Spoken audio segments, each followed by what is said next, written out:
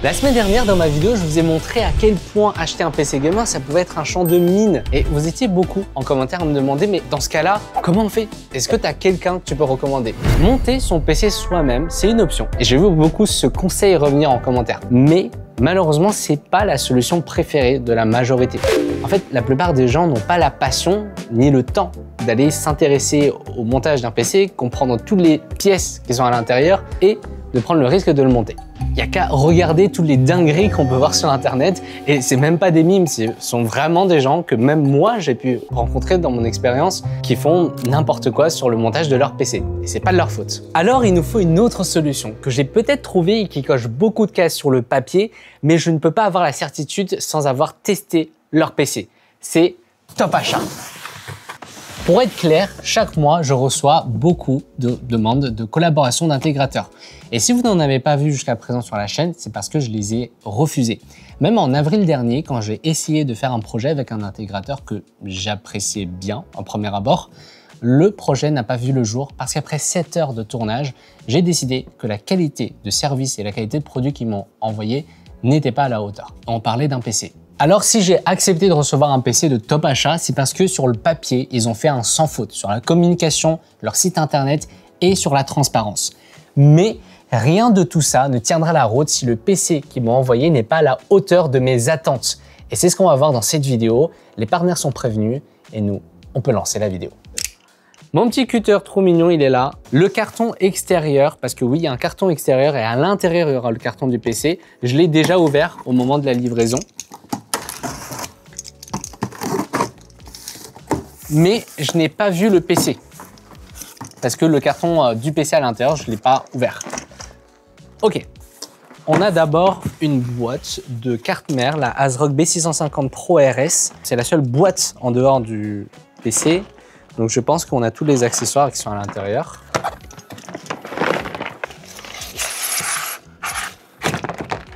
Ok, c'est marrant que ASRock fasse des emballages de carte mère comme ça. En général, chez Asus et chez MSI, c'est différent. Sac antistatique, câble d'alimentation. Ça, c'est les câbles de l'alimentation qui n'ont pas été utilisés, donc c'est des spares. On a les visseries, les riselins qui n'ont pas utilisés, le tube de pâte thermique qui n'a pas été terminé, le manuel. Oh, qu'est-ce que c'est que ça? Une clé Wi-Fi. D'accord, on va voir tout à l'heure. SATA. Et ça, très important, c'est cool qu'ils le remettent à l'intérieur. Parfois, ça peut se perdre dans l'atelier de montage. C'est le cache qui permet de reboucher le trou du socket de la carte mère. Donc, au cas où vous avez besoin de renvoyer la carte mère pour réparation, si vous n'avez pas ça, vous êtes quasiment sûr à 100% d'être cuit parce que les pins vont se tordre dans le transport. Ok, bon, bah pas de grande surprise, mais voilà, ils rendent les accessoires, les trucs qu'ils n'ont pas utilisés.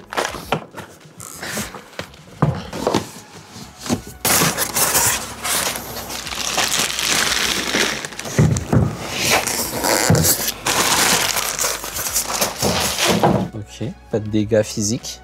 Le transport, ça a dû se bien passer. Le boîtier, on est sur un Corsair. Est-ce que vous le reconnaissez? C'est le Corsair 4000D Frame. Pas le 4000D Frame, justement. C'est le 4000D Airflow. La version classique, la version que tout le monde a certainement connue, qui a été très très populaire pendant très longtemps. À l'intérieur, on a cette mousse gonflante qui est la signature de Top Achat. J'avais déjà vu. Ils ont été certainement les premiers, ou en tout cas l'intégrateur qui adopte le plus cette solution. Hop. On va l'enlever. Et l'idée de cette solution, c'est que ça nous permet de prendre la forme de l'ordinateur et surtout de prendre la forme de la carte graphique, qui est le composant qui est le plus souvent endommagé dans les livraisons. Vous voyez cette forme? Voilà, on a toute la partie du bas qui est venue se mouler à l'intérieur et qui permet un support. C'est pas non plus une mousse qui est hyper rigide, hein. Vous voyez que je peux appuyer dessus, ça se déforme, mais globalement ça empêche d'avoir de gros mouvements de cartes. Ok, là tout est solide. Alors, je vais passer de l'autre côté pour regarder comme vous l'ordinateur et pour analyser ce qui se passe déjà devant. Et puis ensuite, on va aller regarder le cable management. On a pas mal de choses à vérifier, donc restez avec moi. D'ailleurs, je vous l'ai pas dit, mais c'est un PC full AMD, tout est en AMD dedans. Ok. Du côté du montage, sur la face avant, les câbles sont bien rangés, c'est correct. On a du cable management à l'avant, le câble de la carte graphique passe en bas, ça j'aime bien. Le water cooling bien centré par rapport au boîtier, le 248 mm. Comme il prend pas toute la largeur, c'est important de bien centrer pour avoir un visuel qui est propre, parce qu'il y en a beaucoup qui vont le décaler jusque là pour aller toucher le ventilateur arrière. Donc là, j'aime bien. Les vis, c'est quelque chose qu'on va tester tout à l'heure. Je vais aller vérifier si toutes les vis sont bien fixées. Je vais retourner le PC, on va regarder le cable management. Oh, c'est clean. Ça, c'est clean. Il n'y a pas de problème. Mais ça, c'est une bonne surprise. Regardez comment on peut voir si un cable management est fait avec précision. C'est quand vous regardez, vous prenez un câble, vous suivez son chemin jusqu'au bout, vous descendez, vous descendez. En fait, là, il va être accompagné d'un autre qui est là. Et jamais ça va s'emmêler, jamais ça va changer de place. Celui à gauche, il va rester à gauche, celui au milieu, il va rester au milieu. Et là, c'est super clean. Donc là, par exemple, ils avaient trop de longueur. Le monteur, il a dû se dire, ok, je vais faire un détour, je vais faire une boucle et je vais le faire revenir ici, mais revenir correctement. Il a aussi utilisé une très bonne astuce dont j'ai parlé dans ma vidéo, comment monter un PC aussi bien qu'un technicien chinois, comme j'étais allé en Chine. Ils ont caché les petits câbles derrière les gros câbles. Vous voyez là? Vous avez l'impression qu'il n'y a que 3 câbles. Mais en réalité, il y a pas mal de câbles qui sont cachés derrière. Pareil ici, hein, ils ont aussi caché le petit câble derrière le câble de l'alimentation. Très clean, je suis content. Mais c'est pas fini parce qu'il y a encore pas mal de choses. À l'arrière, tout à l'heure, j'ai vu qu'il y a une petite notice. Et c'est assez intelligent, c'est la première fois que je vois ça, de mettre la notice au niveau du branchement de l'alimentation. Parce que c'est le seul endroit où vous êtes obligé de voir, vous êtes obligé de retirer cette étiquette pour utiliser le PC. Ça, c'est très cool. Il y a un QR code, je vais le scanner, on va voir ce que ça donne. Je vais pouvoir profiter de mon Samsung Z Fold 7, dont je vous ai parlé dans ma précédente vidéo. Ok, on arrive sur cette page. Félicitations, tu as reçu ton nouveau compagnon de jeu. Tu t'apprêtes à déballer, installer, nanana, nanana. Clique sur le bouton ci-dessous pour accéder directement aux rubriques de ta notice. Ok, là on a en fait un article de blog avec une vidéo YouTube et avec des images si jamais vous voulez pas regarder la vidéo YouTube. Installation de Windows, tuto d'installation. Normalement, nous on n'en a pas besoin parce que Windows est installé déjà par défaut en version d'essai. Les petits conseils, installation de pilote, update, régler le mode d'alimentation, ça c'est bien. Configurer la résolution, ok, d'accord. Le dépannage, le PC ne s'allume plus, le PC n'affiche, ok. C'est hyper complet. Et puis il y a un petit numéro, un 04 si jamais vous avez besoin d'aide. Très bien, bah c'est une bonne chose. Je pense qu'il y a beaucoup d'intégrateurs qui peuvent apprendre de ça et faire la même chose. C'est super complet. On va pouvoir passer à la vérification de l'assemblage, pas seulement de l'aspect esthétique, mais maintenant, je vais démonter certaines pièces. Ouais, on se rapproche un peu. Ok. Alors déjà, est-ce que c'est bien vissé? Ouais, c'est bien vissé. Il a vissé jusqu'à ce que ça bute. Il n'a pas forcé. Du coup, c'est assez facile à dévisser. Toujours en dévissant en diagonale, en croix. La pompe, c'est très important de ne pas dévisser jusqu'au bout la première fois. Vous dévissez à peu près tous les 4 des vis et ensuite vous retirez tout. Là, ça s'enlève avec le doigt, c'est facile. La caméra bien rivée sur le PC parce que comme ça, on va voir qu'il n'y a pas de coupe. On va pouvoir, moment de vérité. Là-dessus, il y a beaucoup de personnes, il y a beaucoup d'entreprises qui vont se gourer dedans. Soit il y en a trop, soit il n'y en a pas assez, ou sinon carrément, il y en a qui oublient le film plastique. Et moi, je l'ai fait dans une de mes vidéos.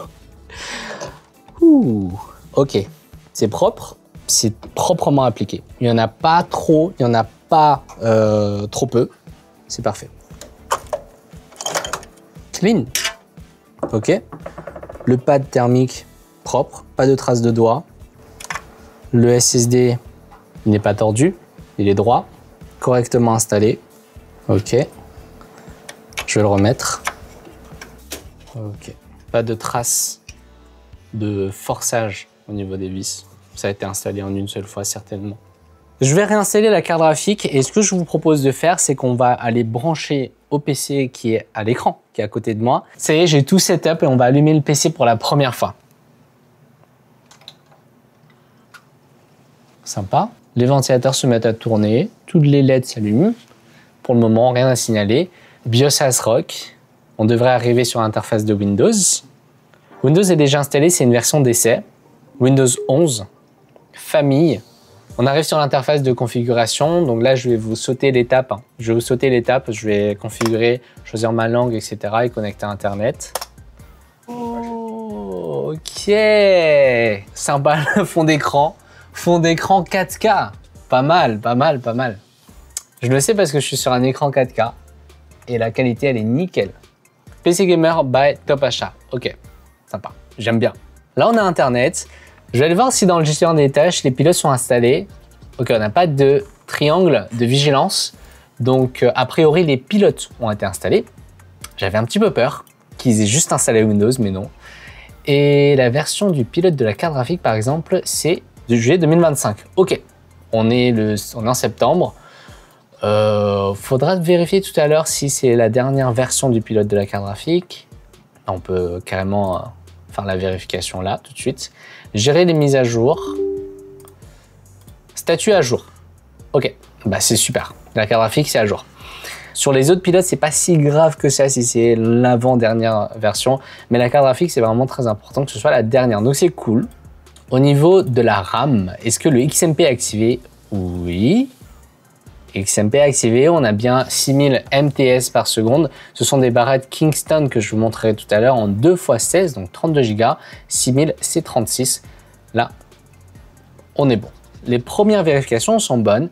Maintenant, je vais aller dans le BIOS pour voir si les mises à jour ont été faites. Ok, ça c'est le BIOS de ASRock. Manufacturer Name LDLC. Attends, ils ont réussi à faire... Comment ils ont réussi à faire... Product Name Stromboli.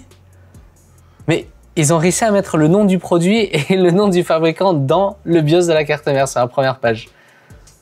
Sympa ça.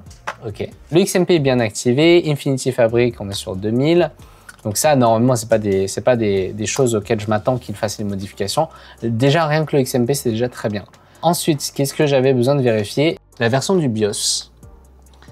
Alors là, on a la version B660 Pro RS 3.0 UEFI BIOS V1 3.30. Je vais aller vérifier sur Internet. B650 Pro RS. Je crois qu'on les a attrapés quelque part. Bon, c'est pas super grave, mais c'est pas la dernière version de BIOS. Ça, c'est la version 3.30. Et sur le site de ASRock, pour cette carte mère, il y a la version 3.40. Sauf qu'elle est sortie début septembre, le 1er septembre. Et le BIOS qui est présent ici était sorti le 17 juin. Donc en vrai, c'est pas très grave, ça reste des BIOS qui sont très récents, mais c'est pas la dernière. C'est quand même mieux que si c'était un BIOS qui date d'1 an ou que de plusieurs générations en arrière. Mais bon, comme dans cette vidéo, on essaye d'être totalement transparent sur ce que je vois, c'est pas la dernière version de BIOS. Cependant, je ne vais pas faire la mise à jour du BIOS parce qu'il faut que je teste le PC tel que je l'ai reçu. Et de toute façon, c'est l'avant-dernière, elle date pas d'il y a très longtemps, donc je ne pense pas que ça va poser des problèmes de performance.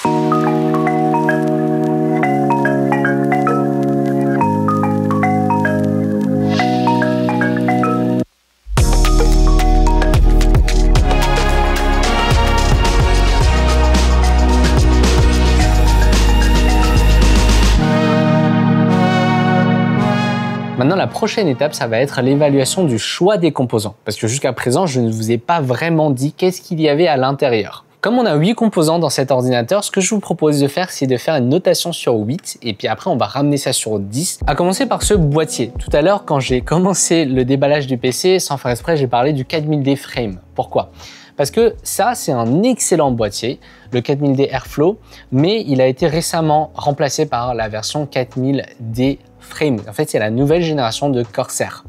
L'avantage de cette nouvelle génération, c'est que ça introduit quelques fonctionnalités qui sont intéressantes, même si elles ne sont pas obligatoires. Mais surtout, moi, ce qui m'apportait beaucoup, c'était le fait qu'on puisse mettre un water cooling de 360 mm au-dessus. Et dans ce boîtier, ce n'est pas le cas. On a seulement un emplacement de 240 mm. Malgré tout, ça reste un boîtier qui est très populaire. Il est resté très longtemps le best-seller sur beaucoup de sites, beaucoup de marketplaces, notamment ceux que vous connaissez très bien. Pour la qualité de fabrication et pour le prix qui est actuellement proposé, 85 €, ça reste un des meilleurs choix qu'on peut faire aujourd'hui.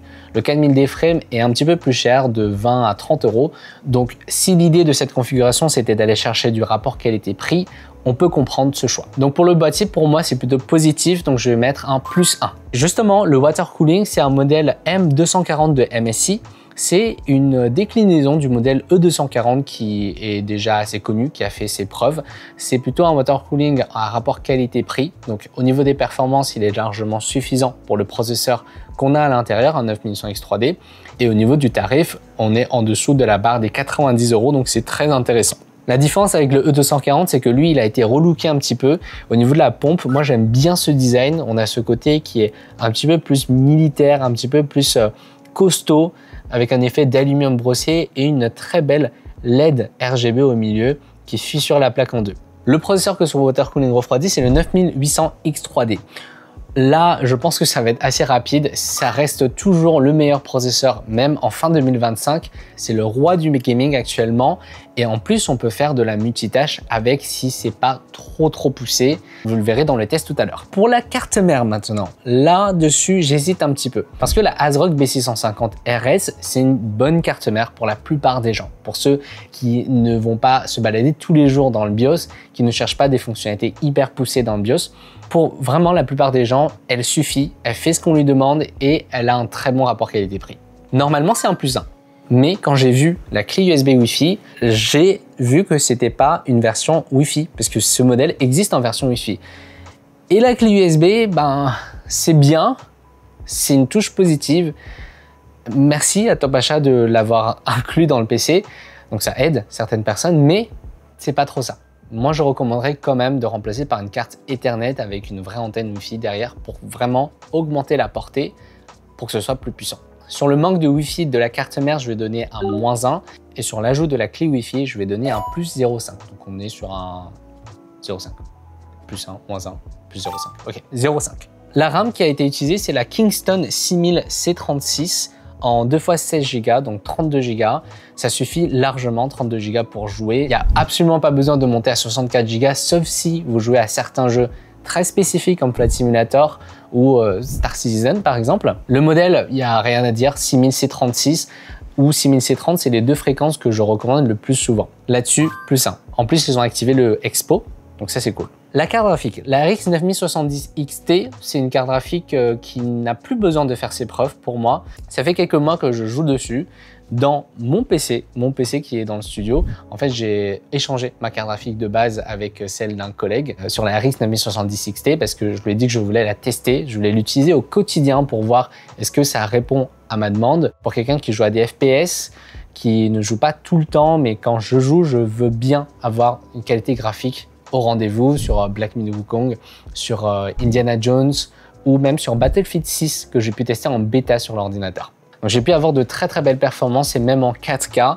C'est une carte graphique qui va pouvoir prendre tous les scénarios possibles. Par rapport à son modèle concurrent direct chez l'équipe d'Hertz, elle est entre 10 à 15% moins chère. Donc ça va vraiment être un choix qui va se faire sur cette idée d'obtenir la même performance pour moins cher. En plus, maintenant, AMD propose le FSR4, le AFMF et des technologies pour réduire les latences. Donc, au niveau des pilotes et au niveau des technologies, ils sont au rendez-vous. Maintenant, pour finir les deux dernières composantes, on va arriver sur des terrains qui vont un petit peu plus se chauffer. Le SSD, c'est le Kingston NV3 2 Tera.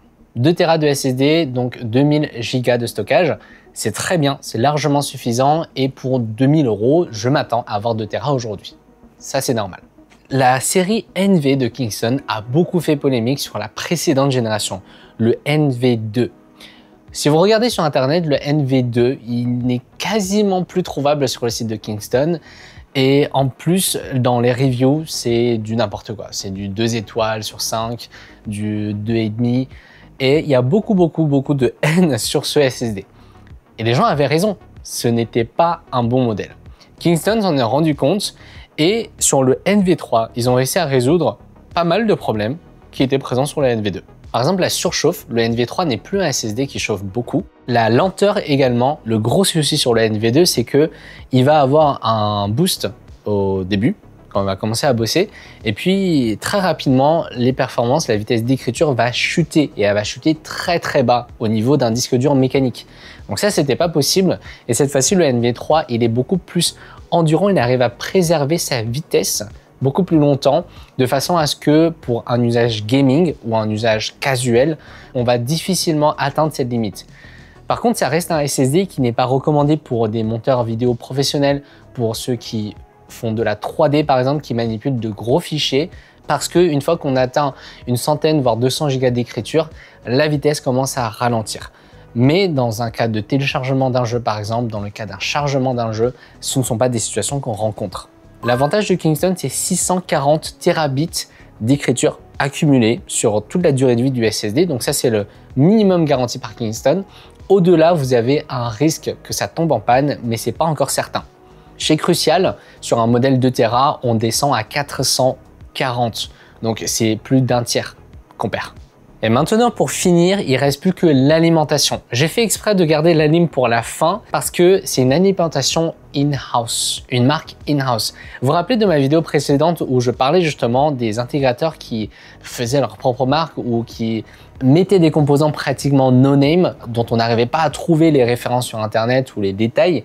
Bah là, c'est le cas. C'est une marque in-house, Fox Spirit, qui appartient au groupe LDLC. Et quand on parle d'alimentation, généralement, les choses sont un petit peu tendues. On aimerait bien utiliser des produits qu'on connaît, des produits qui sont fiables, etc. Donc, est-ce que Fox Spirit, c'est une alimentation qui est fiable? Là où Top Achat a bien joué, c'est que l'alimentation qu'ils ont utilisée, elle est hyper bien documentée. Donc, ça ne rentre pas dans les cas que j'avais cités dans ma précédente vidéo, où on n'avait pratiquement pas de détails sur le produit, c'est impossible de trouver des comparatifs ou même de trouver le spec sheet. Sur cette alimentation, la HG850, version blanche de Fox Spirit, il y a une page dédiée sur le site de Fox Spirit. Elle a toutes les certifications qui sont à jour par rapport aux alimentations concurrentes. Le site internet, la page produit de cette alimentation est hyper complète. Donc déjà, on sait que c'est une alimentation qui est modulaire, et elle a toutes les certifications qui sont aux normes par rapport au modèle d'actualité. Moi, j'ai posé la question à Top Achat, est-ce qu'ils pouvaient me dire la provenance de la lime? Donc ça veut dire dans quelle usine ils ont fabriqué. Parce que ça en dit long sur la qualité d'un produit. J'ai déjà entendu comme quoi les alimentations Fox Spirit sont fabriquées par Seasonic, mais cette information n'a pas été confirmée par Top Achat. En fait, tout ce qu'ils ont pu me dire, c'est que c'est une usine de rang 1. Je comprends qu'ils ne peuvent pas me confirmer ces informations qui sont presque du secret commercial, mais j'aurais quand même souhaité. Donc sur ce principe, je donne un plus 0,5. Du coup, ça nous donne une note finale de 7 sur 8. Et si on ramène ça sur 10, ça fait combien? Je vous l'affiche ici. Globalement, sur le choix des composants, il n'y a pas de grosses erreurs qui ont été faites. Il n'y a pas de gros pièges dans lesquels ils sont tombés. On sent qu'il y a de la réflexion, par exemple le fait d'avoir pris du NV3 plutôt que du Crucial P3+ ou P310. On va continuer et là on va pouvoir vérifier les performances. Est-ce que à ce niveau-là, c'est parfait? J'ai pu tester pendant une journée ce PC, faire des benchmarks avec les jeux, donc maintenant je vais vous annoncer les performances que j'ai obtenues. D'ailleurs au passage, j'ai fait une petite modification dans le PC qui est très intéressante et je vais vous en parler tout à l'heure. Sur Fortnite en 1440p, on a la possibilité d'obtenir 542 FPS de moyenne. Donc pour la team de ceux qui cherchent à jouer à plus de 500 FPS, la condition est remplie. En 4K maintenant, je ne sais pas s'il y a beaucoup de gens qui jouent à Fortnite de façon compétitive en 4K, on a une moyenne de 402 FPS.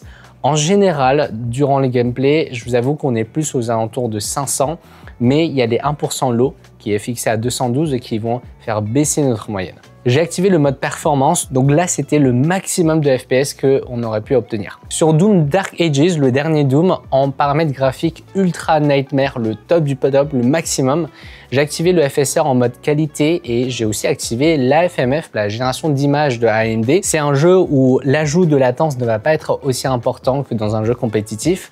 Et là, en 1440p, on obtient 204 FPS de moyenne et un 1% low aux alentours de 106 FPS. En 4K, on est à 127 fps de moyenne et 87 fps en 1% low. J'étais un peu surpris qu'en 1440p, l'AFMF fonctionne beaucoup mieux. Donc on voit bien qu'il y a un gros gain de performance par rapport à 1% low. Et en 4K, on n'a pas le x2 auquel je m'attendais. Monster Hunter Wilds, en paramètres très élevés, FSR en mode qualité et l'AFMF activé. En 1440p, 246 fps et en 4K, on obtient 155 fps.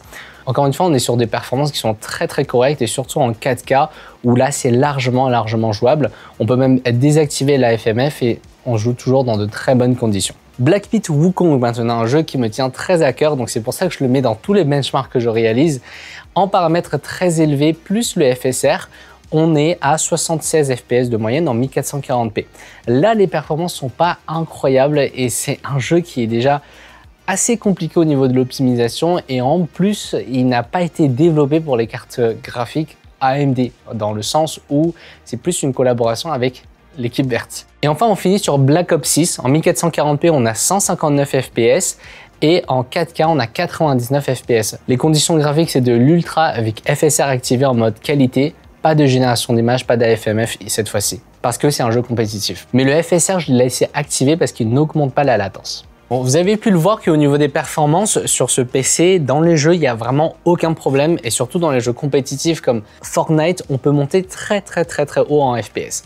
Et là, ça m'a donné envie de vous expliquer pourquoi je dis tout le temps, et je ne suis pas le seul, pourquoi le 9100X3D, c'est un processeur qui est très bon et on lui donne souvent la couronne du king des processeurs en gaming. Typiquement sur un processeur normal, Ryzen 7, on est sur du 32 mégabits sur la mémoire cache L3. Et là, avec le 9100X3D, on monte à 96 mégabits. Donc en rajoutant de la mémoire cache, on a un premier problème, c'est l'espace. Où est-ce qu'on met cette mémoire? Donc AMD a trouvé la solution, ils l'ont superposée au-dessus de la puce. Maintenant, pourquoi la mémoire cache L3 est aussi importante pour le processeur? Pourquoi ça nous apporte autant de gains de performance? Pour comprendre ça, il faut comprendre l'utilité d'une mémoire pour le processeur.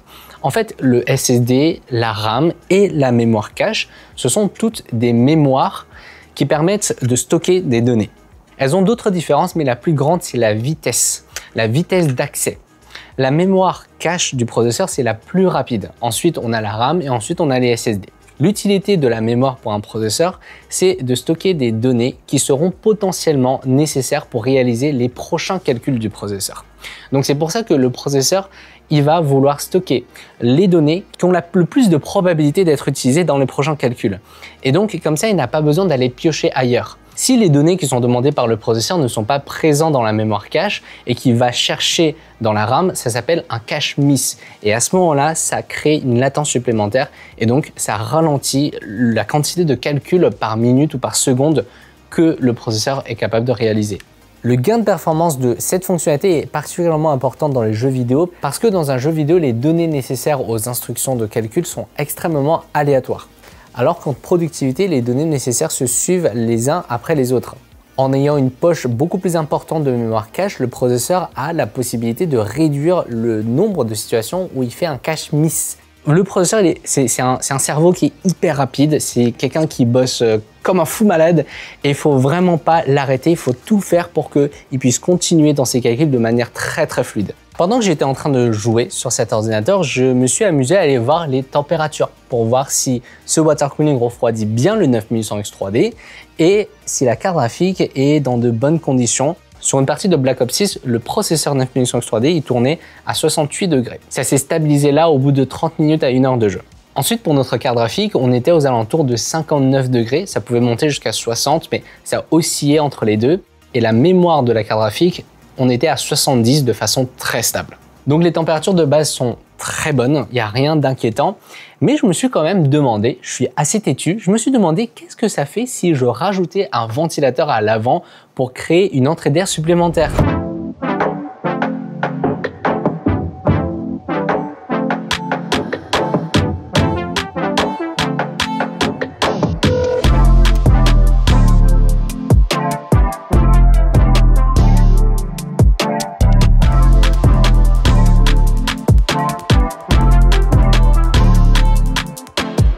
J'ai pris un ventilateur Arctic P12 Pro et je l'ai rajouté à l'avant du boîtier. Et les résultats sont impressionnants. Écoutez, sur le processeur, tout à l'heure, on avait 68 degrés et là, on est passé à 63 degrés. Sur la mémoire de la carte graphique, là, ça n'a pas bougé, 70 degrés. Et sur la carte graphique en elle-même, on est passé à 57 degrés de façon très stable. Donc là, on a gagné 2 degrés et sur le processeur, on avait gagné 5 degrés. C'est quand même assez intéressant. Même si de base, les températures étaient bonnes, là, on a la possibilité de gagner encore quelques températures. Pourquoi il y a un impact aussi important sur le processeur? C'est parce que ça a apporté de l'air frais supplémentaire qui vont directement aller refroidir le radiateur de l'AEO et ainsi dissiper plus rapidement la chaleur du processeur.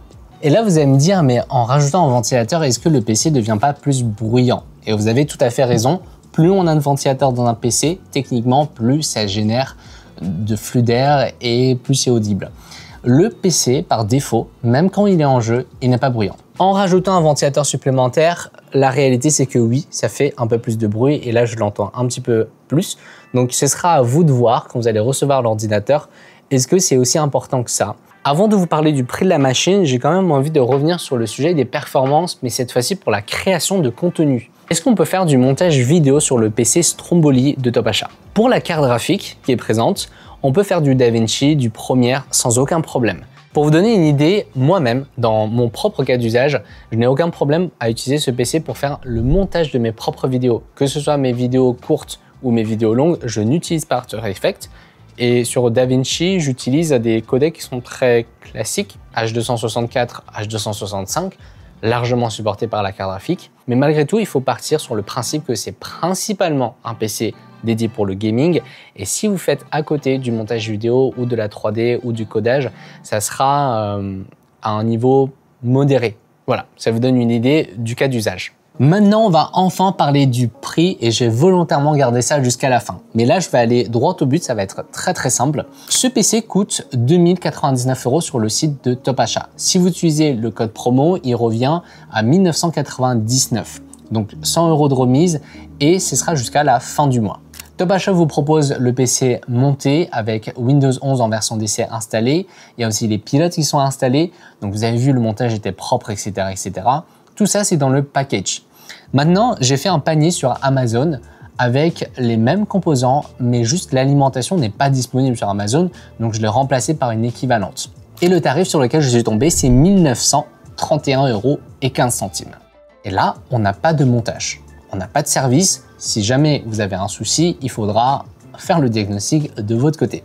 Donc pour moi, le tarif de Top-Achat est tout à fait réglo. Vous payez un petit peu plus pour le montage du PC et pour la garantie et le service qui est proposé derrière, pour la facilité, le gain de temps, etc. etc. Donc pour moi, le tarif est tout à fait positif. Et je m'attendais même à une différence un peu plus importante de 100 ou 150 €. Donc là, je suis content du prix qu'ils aient proposé et ça se voit qu'ils ont fait un effort sur le tarif. En parlant du montage, pendant que j'étais en train de tester l'ordinateur, j'ai eu l'occasion d'envoyer un mail à Top-Achat parce que j'étais, vous avez vu, agréablement surpris par la qualité du cable management derrière et je leur ai posé la question, est-ce que tout le monde recevra le PC comme ça ou est-ce que j'ai été privilégié parce qu'on va tourner une vidéo dessus? La réponse de Top-Achat était claire et précise, non. Quand tu as reçu un PC comme tout le monde le recevra et tout le monde l'aura exactement dans les conditions que tu l'as reçu. Je trouve que dans cette vidéo, on a pu voir tout ce qu'un intégrateur doit faire correctement. C'est le contre-exemple quasiment parfait.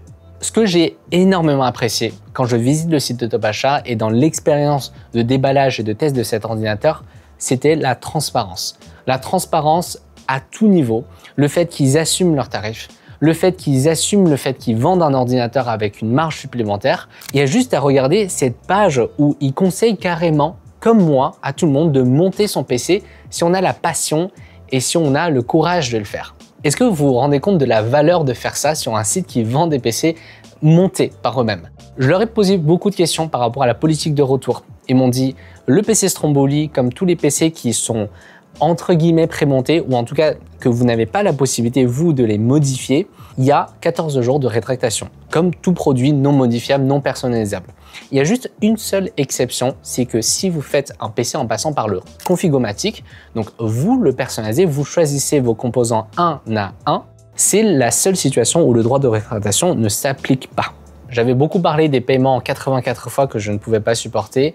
Là-dessus, Top Achat, eux, ils proposent du 3 fois, 4 fois maximum. Donc à ce niveau-là, c'est très réglo. J'aimerais qu'une entreprise, quand elle propose un produit, surtout les intégrateurs, un produit sur lequel où il peut y avoir beaucoup de flou, il peut y avoir beaucoup de choses sur lesquelles on peut jouer. On est tenté d'aller jouer, de mettre un écran de fumée et faciliter la vente. Là-dessus, j'apprécie beaucoup les entreprises qui font totalement l'inverse, qui mettent carte sur table. Vous prenez ou vous prenez pas. Mais nous, on fait les choses de cette manière parce que. Le prix, il est comme ça. Ok, c'est un petit peu plus élevé, mais parce que. Derrière, tout est justifié. On sait pourquoi on paye. J'ai l'impression que Top Achat, en tant qu'intégrateur, ils se sont vraiment dit à un moment que dans leur stratégie, c'est la communauté. C'est pour ça qu'ils ont un Discord de 45 000 membres. C'est le plus grand Discord d'intégrateurs français. Ils ont une chaîne YouTube à 100 000 abonnés. Je ne sais pas combien ils ont sur les autres réseaux sociaux, mais ils ont énormément de contenu qui est produit sur YouTube. Les tutos font plusieurs centaines de milliers de vues et leur site internet, c'est un vrai plaisir de parcourir dessus. On peut rester beaucoup de temps dessus. Il y a beaucoup d'informations et on sent bien ce côté qui est très friendly, qui est très amical quand on visite leur site. Est-ce que je recommande le PC Stromboli de Top Achat? Ma réponse est oui si votre usage principal c'est du gaming et que vous cherchez pour un budget de 2000 € une machine très puissante pour faire de la 1440p ou de la 4K. De mon côté, ce sera tout pour cette vidéo. Merci à Top Achat de m'avoir prêté le PC et d'avoir joué le jeu pour le PC et aussi pour les efforts qui sont réalisés sur votre site internet. Moi, je vous donne rendez-vous dans une prochaine vidéo très rapidement. N'hésitez pas à me dire en commentaire si vous avez apprécié la vidéo, si ça vous a aidé à trouver une machine qui vous plaît.